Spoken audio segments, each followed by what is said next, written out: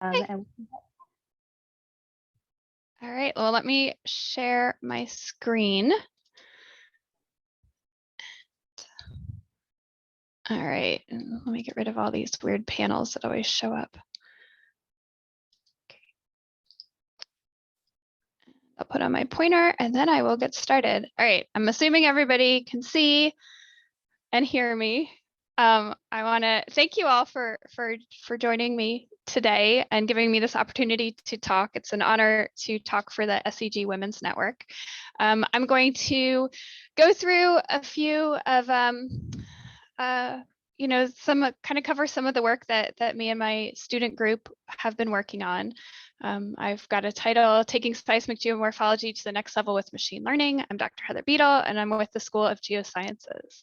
So what I'm going to cover today, okay, I have to get this all sorted, is I'll start with a quick introduction to seismic data and then kind of go over the basics of seismic geomorphology and seismic attributes. And then I'll talk about how we use machine learning with seismic data and focus primarily on a case study of deepwater channels that one of my students, Corellia, has worked on in the past and is still currently working on aspects of it. And then I'll throw in a few bonus examples because I like to kind of show off all the wonderful work that my students and other ASPE researchers do. So to get started, just with the basic concept of seismic reflection data, I'm guessing most of you are probably familiar with it, but I don't like to ever assume knowledge. So with seismic reflection data, what happens is we always have a source, whether it's marine data or land acquired data, and that source is like an energy pulse or sound wave that gets shot off. And in this case, we see a vessel with an air gun. The energy travels down through the water column, enters the subsurface rocks, and every time it hits an interface, some of that energy is reflected back up and then recorded, in this case by hydrophones, sometimes by geophones if we're working on land. And so all of this kind of all ties back into Snell's law, which I remember from like my high school physics or, Physics 101 in college. And so it's all based on really straightforward, basic physical concepts. And so after the seismic is collected and processed, we end up with an image like the one I'm showing here on the right, where we see a bunch of stripes. And these stripes are just the interfaces between rock layers that have different properties. So it's not looking the same way as we would at an outcrop where we see the layers, but rather we're seeing those interfaces. And so as we image those interfaces, we see there's breaks in the data. Those may be related to faults. We see thickness differences and we see amplitude differences. So how bright or how dim those blues and reds may be. And all of that gives us information about the properties of rocks in the subsurface. And so that's my quick one slide intro into seismic reflection data, which is the primary data source that me and my research group work on. So ideally with seismic data, seismic reflection data, we would love for it to be something like this, where we have an outcrop and at every interface, we see a little trough or a little peak of data. We see that signal being reflected back. But unfortunately, because of the frequency of the energy that we send down into the earth, we can only really resolve beds that are maybe tens to hundreds of meters thick. So we can see thinner ones in the shallow subsurface and then just thicker ones because we lose some of the higher frequencies as we travel down deeper into the Earth's crust.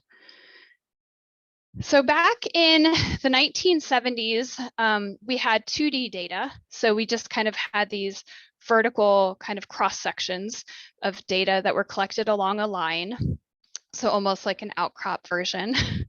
And some researchers at Exxon primarily were working on understanding what this data even meant. And so in the late 1970s, there's the classic paper, I think it was published at the end of 1977. I think Peter Vail's one of the main authors and Mitchum, and they came up with this concept or this method of classic seismic stratigraphy. We call it classical now. Back then it was just seismic stratigraphy. And so in that, in those papers, it was a whole subvolume, an AAPG subvolume. they tied in the patterns that they were seeing in the reflections of the seismic data with different stratigraphic processes, from seeing features that are uplapping, let me get my pointer here, or kind of onlapping onto another reflector. They saw features that kind of downlapped, and so those would be sediments downlapping and being deposited further and further out in the basin. And even like truncation, so you would see reflectors die, in this case, die or kind of end. In this case, where they were being truncated because a channel was carved out in a later series or process. So back then in the 1980s, oops, I went the wrong way. In the 1980s, we started collecting more three-dimensional data. So now we had these cubes or these volumes of seismic data. And with that, we were able to start doing seismic geomorphology. And all seismic geomorphology is looking at the data in multiple dimensions. So we tend to talk about stratigraphy when we're looking at it in a vertical dimension. So here we see that channel incised, but we can add in that geomorphology when we look at things in plan view or kind of a map view, however you're slicing through the data. And so here we could see that channel kind of cutting through the seismic data in this time slice. And so that's all seismic geomorphology is adding in that third dimension to seismic stratigraphy. And what's great about seismic geomorphology, or what attracts me to it, is that it's all about pattern recognition. And this is what I've always loved about looking at seismic data, is that we comb through the data and we look for patterns that we can relate with our geologic knowledge to features and things and processes that are happening on the Earth's surfaces today. And so I love this image by Henry Postmantier because it looks like something that we would almost see out of an airplane window of like a river system and some oxbows, and then you've got some smaller little drainage patterns going on in here. But really, this is data that's buried miles underneath the Earth's surface. And I remember the first time when I was working in Chevron, like a decade ago, and I came across some images like this, and it blew my mind, the level of detail that we could see in seismic reflection data. And that's what really got me hooked.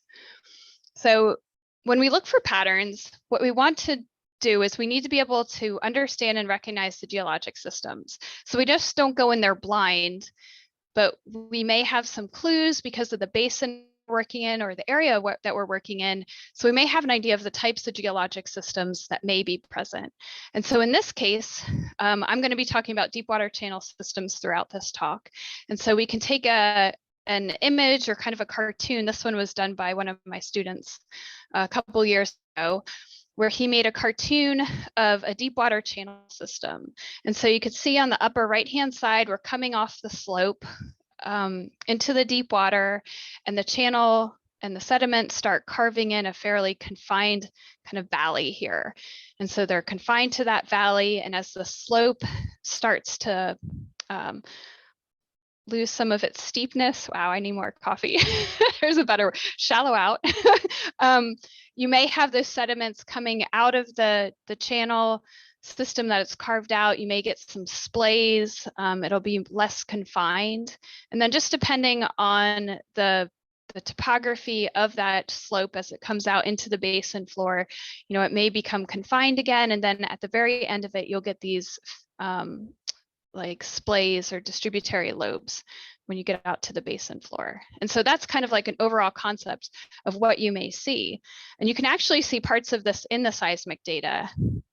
And so Clayton, my student, had kind of grabbed some images from his data set, which was in the Taranaki Basin of New Zealand, and kind of just overlaid them to show that you really see features just like these as you move further away and into the slope system into the basin. And so having that geologic model in mind is very important. What my students like to do and what I do is we run a lot of seismic attributes, which is maybe a concept some of you are familiar with. And so I like to explain seismic attributes as it's just math. Like all we're doing is we're performing math on seismic data to help us better visualize or enhance different aspects of the data. We want to be able to maybe see different features a little bit more clearly with our eyes so that we can use our brains to figure out the patterns and how everything's relating in that geologic context. And so typically we'll use seismic attributes that are sensitive to the geologic feature we're looking at, or maybe it's a reservoir property that we're trying to understand, or those seismic attributes may help us understand the depositional environment or the structural environment more. There's some that are great at outlining channels, or some that are great at identifying faults. And so we'll choose those attributes based on what we're trying to do or what we're trying to see with the data. And there's more than 50 seismic attributes. I mean, there's probably more than 100, but I never really keep track of them. And so they can be applied to seismic data to help you understand the structure, the stratigraphy, or the rock and pore fluid properties. The problem is that when you have so many seismic attributes, you just don't want to like calculate them and then have suddenly 100 new volumes of seismic data that you have to comb through. That would take a lot of time. But you can go through and you can choose the ones that you think will help you with your study. And a lot of times nowadays in interpretation, if you look through manuscripts that have been published, you'll notice that there are some attributes that people commonly use time and time again for imaging structure and stratigraphy. And so this is a classic example. It's from Chopra and Marfort's SEG textbook on seismic attributes, which is a great overview. And what we're looking at here is a time slice. It's through the Gulf of Mexico, if I'm remembering correctly, about 1.1 seconds down.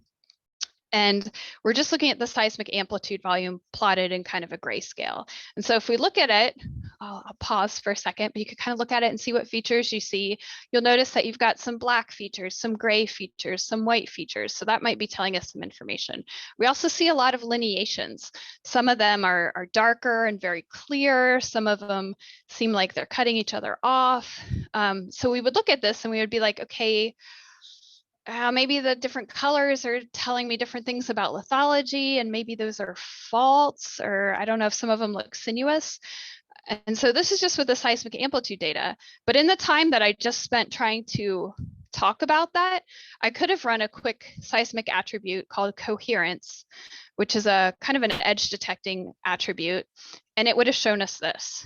And so you can see suddenly side by side, just applying math and looking for differences in the data, we've got a whole different idea of what's going on in that system. So we're clear about it. Like we could say, okay, that is just a bunch of overlapping channels. Like I call that like a bowl of spaghetti because it just looks like noodles overlapping each other. But that isn't something that we would have naturally thought looking at just the seismic amplitude data. So it's very important to include seismic attributes in your analyses of seismic reflection data. And so let me show you a few of them. Just going through a deepwater Gulf of Mexico channel. These are images from one of Henry Postmentier's classical seismic geomorphology papers in the early 2000s. And so we're here in the Gulf of Mexico and I'm plotting structure. So you can imagine that we've taken one of those horizons in the seismic data and we've just mapped it out. And we're just looking at the time or depth structure. And so what we can clearly see here is up on the left, you know, the red is telling us it's shallower. As we go down into the greens and blues, it's much deeper. And one thing that I think is kind of interesting and good to point out is that when we look at this channel that's kind of meandering down through our system from the northeast down northwest to the southeast, we see that it's shallower. Okay, so the yellow would be shallower than the green. I know I don't have a color bar here, but the yellow is shallower than the green, so it's kind of mounded in a sense. And then as we get deeper, the channel is deeper than the surrounding rocks. So now it's kind of sunken down. And so that's one clue that we could kind of keep in mind about the lithology of what's filling that channel. So that's one of our basic attributes. Another attribute to look at is just the amplitude. How bright, how dim is that horizon? And so in this case, we can see our channel a little bit more clearly than we could in the depth data. We see it meandering down. We see that it's filled with whiter amplitudes, so brighter amplitudes, higher amplitudes. And as we get further down away from the shore, it's kind of got these grayer or darker amplitudes. And so these, you know, I know this because I know the context and what we're working with here, but the lighter amplitudes, the whiter ones, are showing us where the channel fill is sandier, and the darker ones are where it's a little bit muddier, so we don't have so much sand. We could also see as we move down here that you've got cut banks and point bars that are forming in this channel system. And so this is just fascinating stuff to me. But so we're starting to pick up more clues just looking at these attributes one by one. Here we're looking at dip azimuth. So we're just looking what direction relative to north is the seismic reflection dipping. And so again, here, if you really kind of focus on it, you could see that the channel's mounded up on the shallow side on the northwest, and it's more sunken, and you're kind of forming these levees, so overbanks, as you get deeper into the basin. We've also got these structures up here on the northeast side, which are sediment waves. So where the sediments are coming out of that channel and depositing in a sediment wave system. So that's dip azimuth. We've got dip magnitude. So how large is that dip? And in this case, what shows up, which we haven't really seen before, so we see those sediment waves that we saw in the dip azimuth, but now suddenly we're seeing the edges of the channel belt system. And so those weren't quite apparent before. And so this is that larger channel system that the current version of the channel is sitting in. But you can see how those are very steeply dipping and didn't really show up much before. So this attribute is giving us another clue into the channel system. Next up is curvature. So this one, it's a little, hopefully you can see my figure in the upper left. Can never quite tell what Zoom is trying to hide on me. I get these gray boxes sometimes. So curvature, it's the derivative of coherence.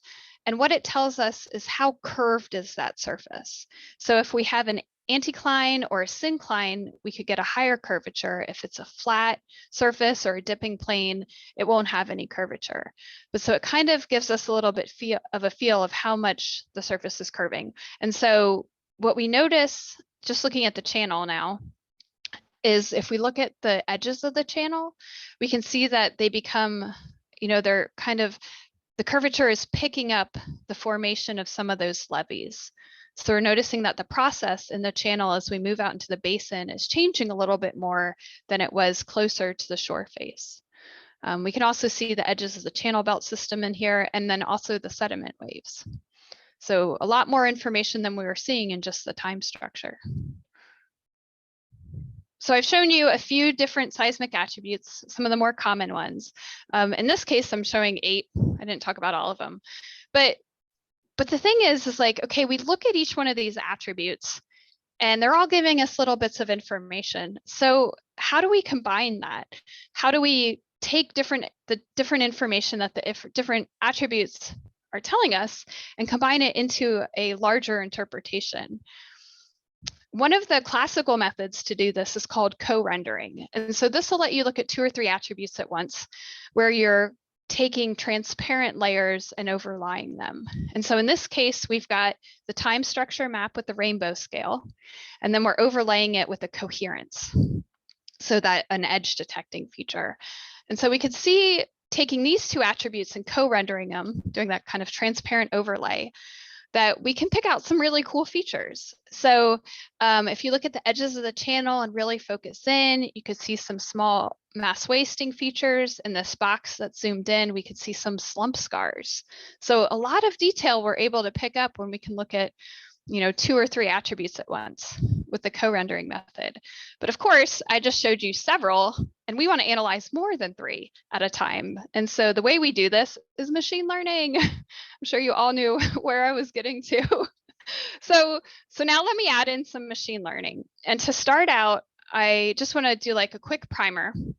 So it might not even be 5 minutes, but just an intro into machine learning. And so machine learning often can seem like this very, I don't know, scary black box, magical kind of words is sometimes what I hear. But really all it is taking a lot of data, the features that we're interested in, some well-established algorithms, and combining them. And that's machine learning. Machine learning has been around for a very long time. It's not something new. It's something new that we've been using more in geophysics the last decade, but it's pretty much just based on statistics. So it's just math. And so some of the words that we may hear with machine learning are words like artificial intelligence, And that's just the name for the broad field of study. So like geology, okay, you've got AI, you've got the broad field of study of geology. Machine learning is just one aspect of artificial intelligence. So I like to liken it here to geophysics. So we've got lots of different things we may study in geology, and geophysics is just one of them. Machine learning is just one aspect of artificial intelligence. And then neural nets are something that, it's a type of machine learning that we all hear about.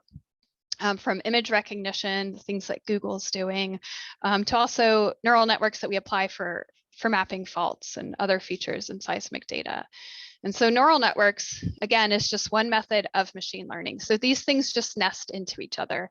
And then deep learning is one method of neural networks. So there's a lot of different terms, and you can imagine that I could have a large bubble here with artificial intelligence and then different types of AI, different types of ML. But it's all related, and they're not the same thing. Like, we can't always use these words interchangeably as often happens. So there's a couple of main types of machine learning. I'm going to try to get this. I don't know if you guys see that gray screen. Hopefully not. Okay, there's a couple different types of machine learning. Some of these are classical machine learning methods. This is where you have very simple data, very clear features. Reinforcement learning, it's not something we really do in the geosciences right now, but these would be like the self-driving car. So we don't have data, but we're interacting with our environment.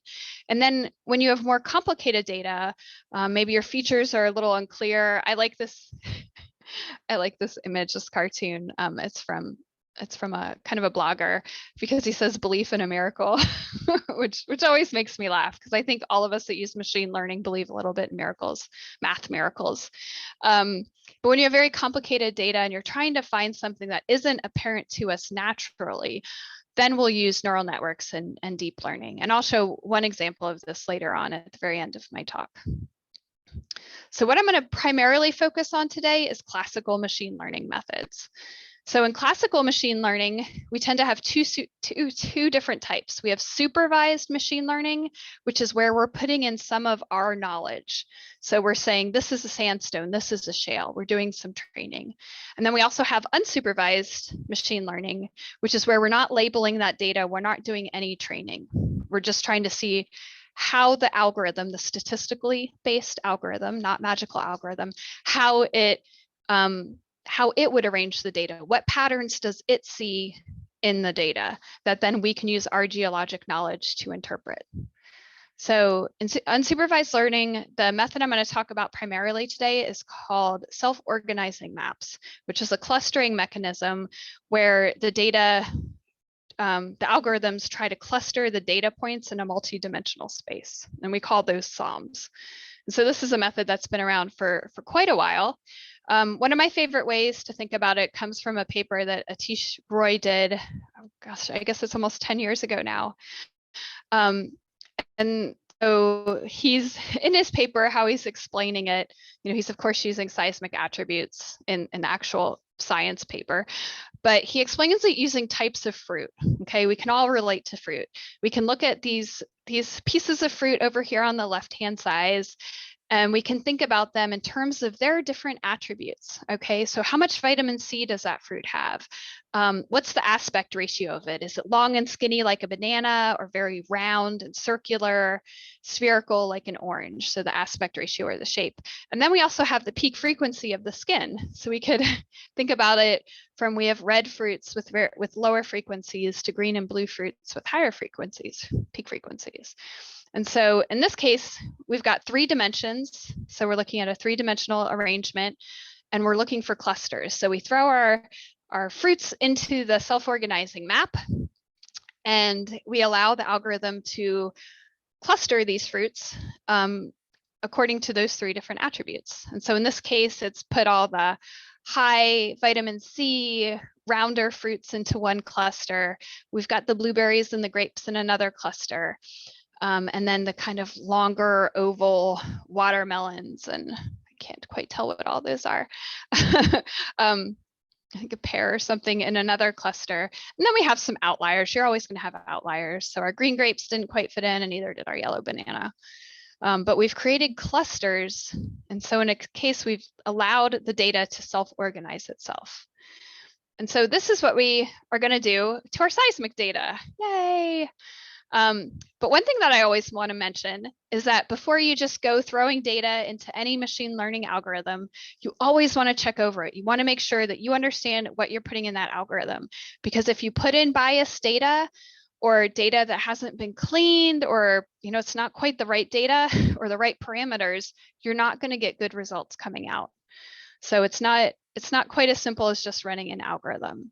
And so to do this, one of the projects that my PhD student Corellia is working on right now is she is using a synthetic model in order to test the different variables from the attributes to the parameters in a model. And so in this case, she's using data that the Chile Slope Systems Consortium, of which Colorado State University, so Lisa Streit, Dr. Lisa Streit, and one of her students, Teresa, are a part of. They've gone out and measured channel complexes down in Patagonia. They've mapped them out, and they've created a synthetic model. From this synthetic model, which is based on real life data, they've created a forward model of seismic data. And so this is where Corellia has kind of stepped in more to take this synthetic data, the synthetic model, so we know what the truth of it is because it's synthetic, and then apply machine learning and attributes to it. So in her case, what she's done is she's taken that synthetic forward model and we put noise in it to make it more realistic to real seismic data. And so while this is still a work in progress, I'm going to show you some of her early results and thoughts. But one of the things is that parameters are really important. So I've kind of mentioned that, and they're very important when you start plugging into machine learning algorithms. And so in this case, focus on the red box. I know I have a lot here. But here, when you run an algorithm, you may only take a window of data. So on the left side, we've set the parameter to 2 milliseconds analysis window. On the right side, we've set it to 50 milliseconds analysis window. And so when running this RMS, and it's an amplitude attribute, you can see that we get a lot of smearing in the 50 millisecond window on the right-hand side compared to the 2 millisecond window on the left-hand side. And so you get mixing of the different channels. Hold on, let me look at, so then also, so the 2 millisecond analysis window is a bit better. So then we can look at data of different frequencies. So focus on the left-hand side here, where we've got 15 hertz data, 30 hertz data, and 180 hertz data. And so just looking at this, you can see where some of the smaller channels have combined in the lower frequencies, and they separate out quite a bit more, even to seeing different values in RMS when you get up to 180 hertz. And so having higher frequency data allows us to see a little bit more. So ideally, high frequencies plus a small analysis window are good. Okay, so these are the types of parameters that you want to be able to test out before you put them into a machine learning algorithm. Just looking a little bit more at this, Corellia ran some of the synthetic data also with similarities, so looking at edge detection. And so what I want you to focus on, there's a lot of information in this chart, but one of the first things is that when we have a larger analysis window, so on the bottom we have a 33 millisecond analysis window, and the top two, a 5 millisecond analysis window. And when we have that larger analysis window, we smear things vertically, which isn't ideal, particularly for looking at different stages of a channel system.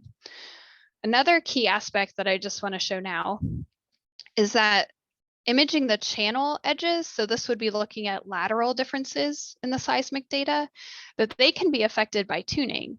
And so when we're in this upper case, we've got the 90 hertz data, we can see the correct edge, and we know it's correct because we have that synthetic model to compare it to. So we can see the correct thickness of the channel, whereas in the 15 hertz data, the channel seems a lot thinner than it actually is when compared to the synthetic data. So this is where testing your parameters, testing your data can be very important. So let me move on now to the case study of the deepwater channel system. This was part of Corellia's master's, and I'm just going to focus on one question, which is, does SOM classification represent the, can we use it to find the deepwater facies? And so in this case, we use data from the Taranaki Basin. So on the western side of New Zealand, the Pipeline 3D data set. So it's Miocene age channel systems. You know, we have good quality seismic data, and it's a fairly well-studied basin. And so as we moved into it, we noticed, you know, we had these deep water channel systems. So the first thing to do, the first step any geologist wants to do is understand the context, understand the geologic context that they're anticipating. So we would look at other studies of what type of features would we anticipate in a deep water system.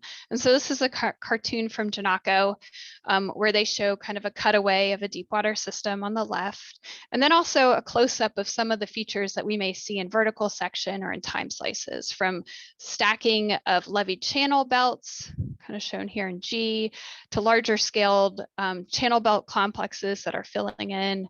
And so we start to kind of tune our interpretation to the expected geologic framework. And so in doing so, before even diving into seismic attributes, I always tell my students that it's really important to understand how the different geologic features you may be expecting based on, you know, previous work that's been done, what they may look like in your data. And so this is a large table, but it's an example of the things that I challenge my students to work on. So in this case, we've got levees, we've got a cartoon sketch of them. We expect that they may look like subparallel reflectors. They may be a little bit of tilted just because of how they're stacking up on each other. They often have what we call a wing shape and variable amplitudes. And so in a vertical slice, this little black box is trying to show you what it would look like. And then in a time slice, they're a little bit harder to pick out. Okay, so we'd go through our architectural elements one by one and really think about, what do we expect? What would we think this would look like? And that kind of gets us in the right framework for getting into seismic interpretation. So then we look at, first off, our raw data. So here's our seismic amplitude data. Yeah, we don't see a lot in it, right? So we've got our time slice here. You know, maybe there's a channel belt, maybe, you know, there's definitely some swirliness going on, but nothing we would be really confident in. When we look in the vertical section, you can see that Corellia's nicely mapped out some different features that you can pick out in the vertical section, from the channel belt to some of those mounding levees with that wing shape, high amplitude fans and sheet sands. So we can pick out some things in the seismic amplitude data, but of course we want more, always more. So then the next step is to think about, okay, what seismic attributes might be interesting? Which ones may give me information? I don't want to run 100 seismic attributes and then spend 2 years of my life analyzing each attribute. So you want to go about it logically and think about which attributes may help me.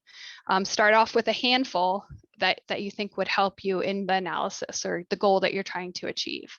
So in this case, Corellia picked out 5 attributes to start off with, from coherence to curvature to a texture attribute, which kind of helps with lateral differences, looking at the frequencies of the data, and then dip and reflector convergence. And so for each one of those 5, she thinks about what they may look like for each of these architectural elements. So you can see it's a very logical progression of how we think about applying the seismic attributes.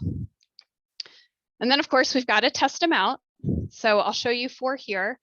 The GLCM entropy attribute, with this a texture attribute, kind of gives us that lateral variation. RMS amplitude, so it's giving us information about the amplitude changes. We've got similarity, also sometimes called a coherence attribute, and that's showing us discontinuities or kind of like an edge detector.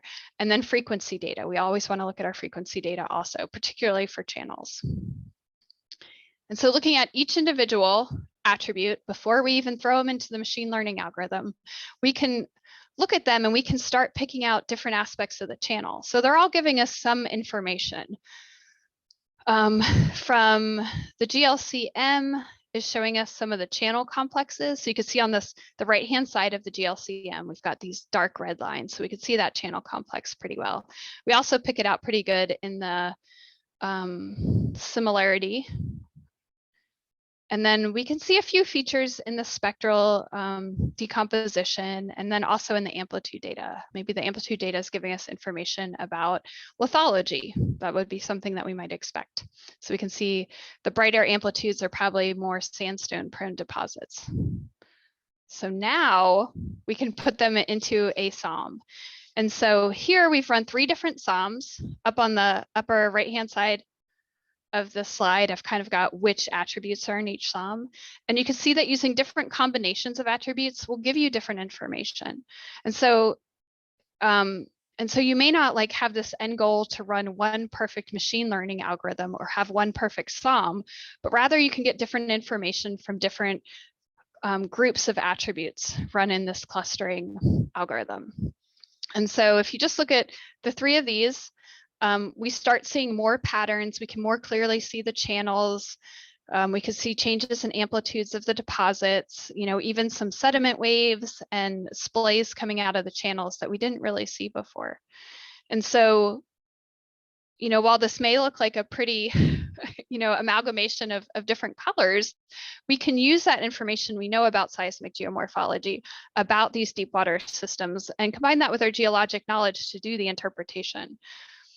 And so just comparing the SOM results with the original amplitude results, you can see that we can get a lot more information about the architectural elements. So machine learning is a very valuable tool in imaging, some more subtle information that's hidden in the seismic data. And so just as one of the results or an example of something you could do, the SOM gives you a 3D volume. So you can cut through that just like you would with regular amplitude data. And you can look at the time differences. So you can look at how this system evolved over time. And so moving from a deeper horizon at 2160 milliseconds and moving up in time through the time period of interest where we have that channel system, we can see that the lobe was incised by younger channels, and then it becomes more mud prone as it gets younger. So we can start to pick up some information about the evolution of the system. And then here's one more example where we've used 2 different SOM results and co-rendered them together to even get more information. So of course, this takes time to look at it and to use our abilities to see the patterns in the data, but you can start to pick out scroll bars and the longitudinal bars, even an oxbow feature that's been cut off. The crevice splays you can pick up because they look like changes in lithology. So there's a lot of information hidden in there that we can get out just using math. And so I just want to wrap up showing you a couple more quick examples of using machine learning techniques in seismic geomorphology. So this one is looking at deep water deposits in the Carnarvon Basin of Australia using SOM analysis again, but in this case, we're looking at a more carbonate-rich system. So not just clastics. And again, Laura here, one of my master students, did this project, and she's got 2 different SOMs. You can see on the left and then on the right, they have different attributes in them. The main difference is the use of sweetness in SOM 1 and GLCM entropy in SOM 2. And using the sweetness gives us a little bit more of a lithologic indicator. And so you can see these sheet sands a little bit more clearly than you see in SOM 2. But we see other details in SOM 2 that we don't see in SOM 1. So using different attributes and different SOM combinations can give you kind of enhance your interpretation for the geomorphology of the system.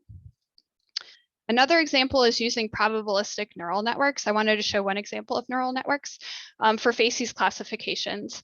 So this is a project that my master student, Diana, had worked on, building on some work that another student, David, had worked on a few years ago.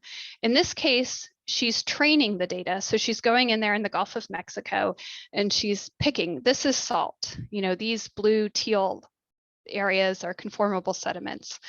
We've got a mass transport deposit in here. And so she's feeding the neural network some training. Okay.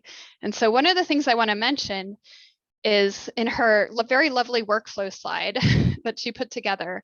You can see that there's a lot of work that goes on in conditioning the data, understanding the parameters before you even get to running the neural network algorithm. And so I really want to emphasize for anybody who's interested in getting into machine learning that you really need to understand the inputs. You really need to understand what changes in parameters do. Cleaning up the data, reducing noise, applying different filters can change your results, because the machine can only work with what we give it. Okay, so she did lots of work to understand the parameters. And then in the end, she got a result where taking the few lines that she trained, it predicted using the neural network what the different areas in the entire seismic volume would be. Of course, she just trained it for a couple, like 3 or 4, or different runs happening. So like in this lower case, the only options are salt, mass transport deposits, or sediments. And so, those are going to be the only 3 options in the volume. We tested out some smaller scale features and it didn't quite work as well. So maybe we've got some more learning to do, some tweaking of the algorithm. But this is a way to quickly classify large scale features in a seismic volume using neural networks. And then the last one I want to show is SHAP. So it's Shapley Additive Explanations. And so I love this method right now. I'm doing my own little project on it. It's really got me like excited. But this is work that is being done by David Luba-Robles. He's one of our PhD students in the ASPE consortium. And so in this case, he trained the data, 3 different features: mass transport deposits, salt, conformable sediments. He ran a bunch of attributes. He then did a multi-attribute random forest classification, so another type of machine learning, and he predicted the data. Okay, so we can see that there's some good stuff, there's some bad stuff.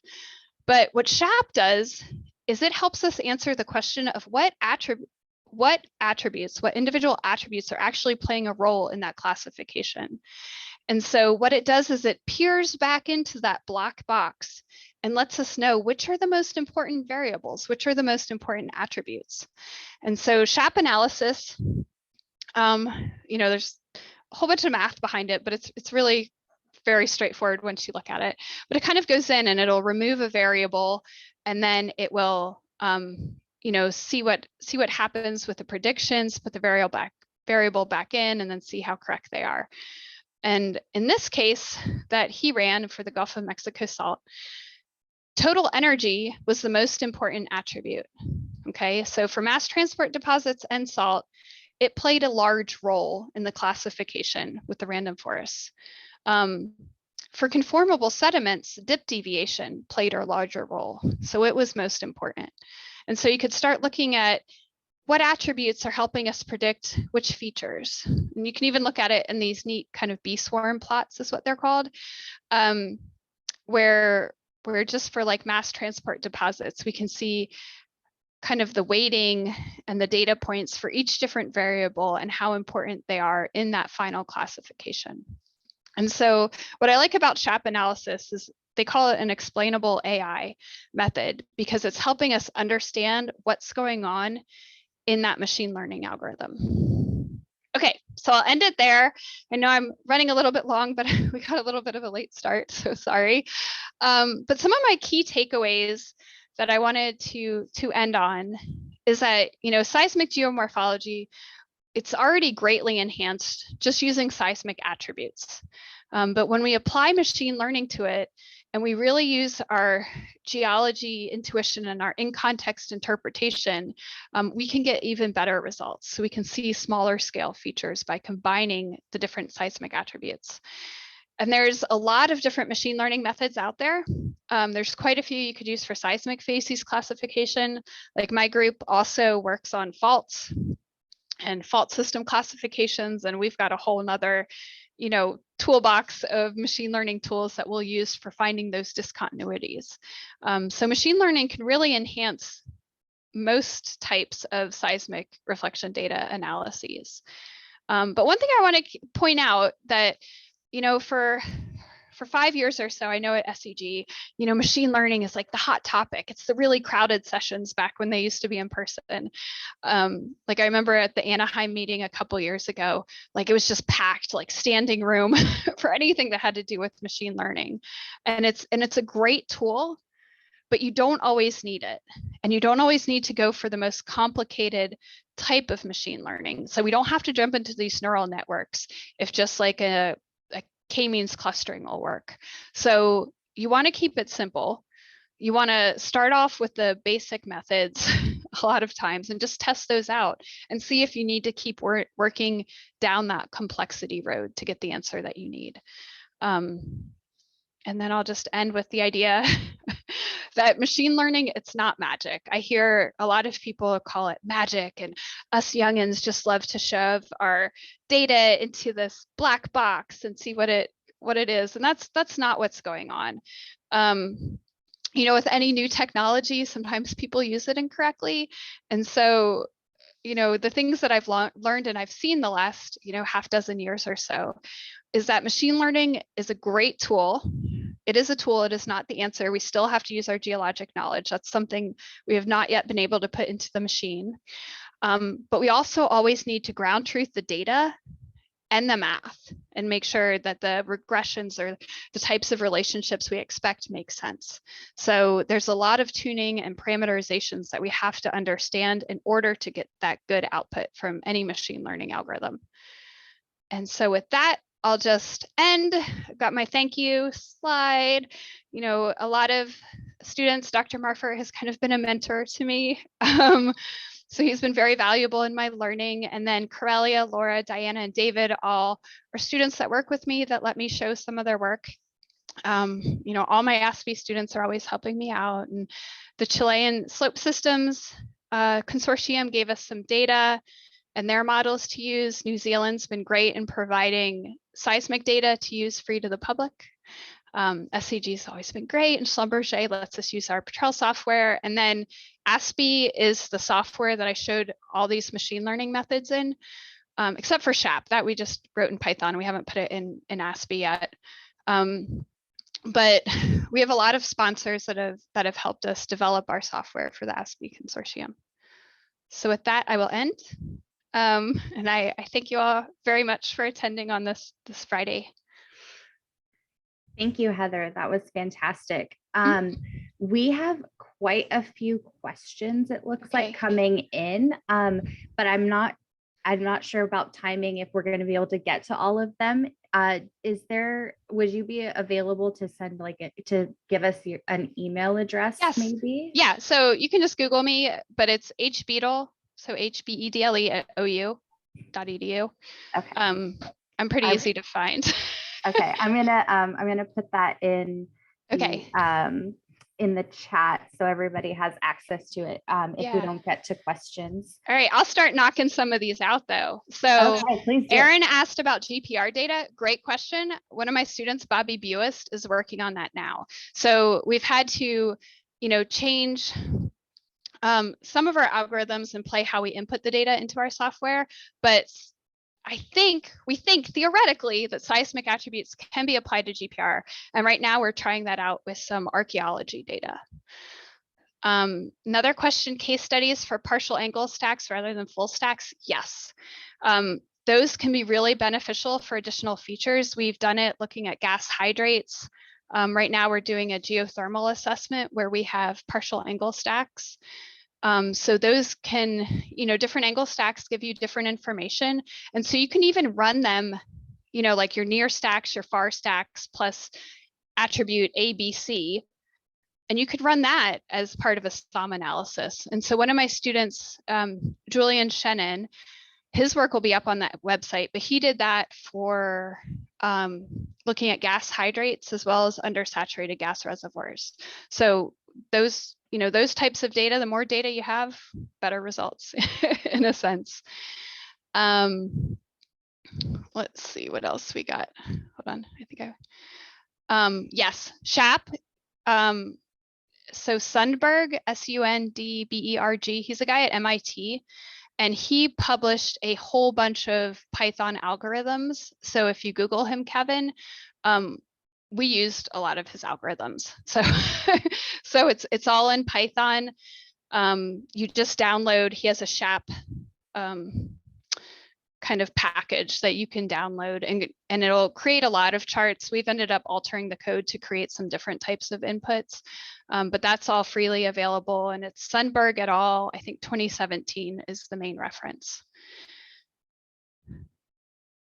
Let's see, researching probabilistic neural networks. How do you preserve your data, and what happens if you have very noisy data? So I'm not quite sure I understand the preserving data question, but you can email me later if you want to clarify. But facing very noisy data. So this is something that has to happen before you go in and run the algorithms.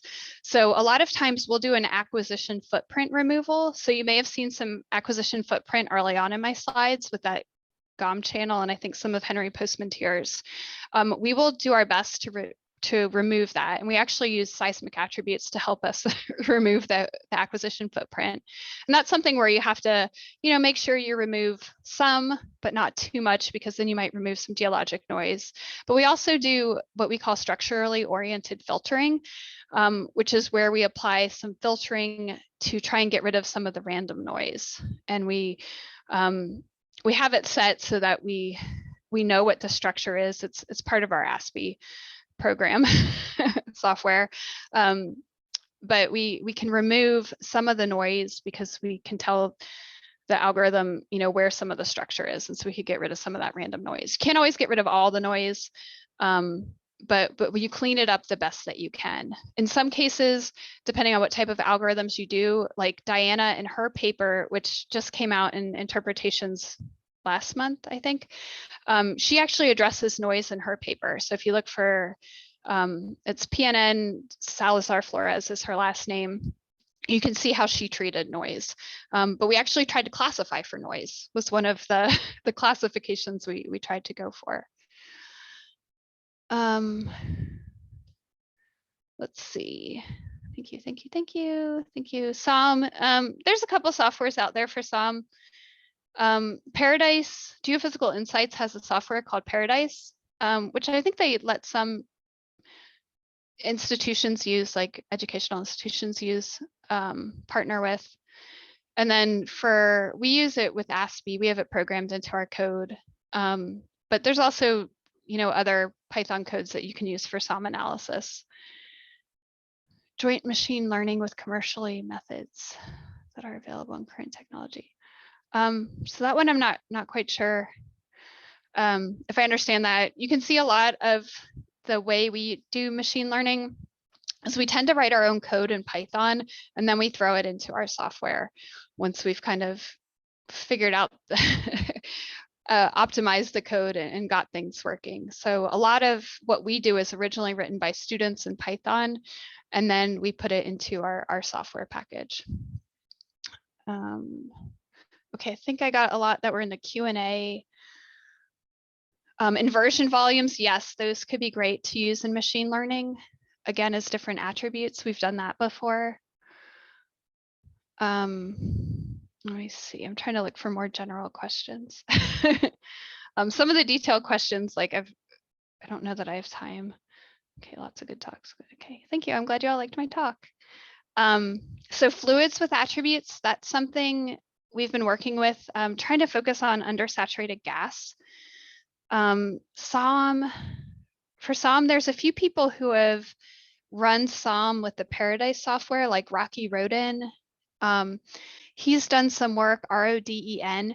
He's done some work with SOMs more for reservoir scale stuff. So my group, we haven't really focused too much on fluids or porosity, but those are things that you can run as kind of a goal or have as your end kind of outcome. All right. I think I got as many as I could. Yes, yes, and we're running into time. So thank you so much for your talk, Heather. I agree with just about everybody here. The energy behind everything you had to say was fantastic. We really appreciate you joining us today. And yes, you are easily Googleable. We Yes. have your email in the chat as well. So if there are any other questions, please feel free to email Heather, and we'll see you. Hopefully, we'll see others next month for our International Women's Day webinars in March. Thank you so much. Cool. Thank you.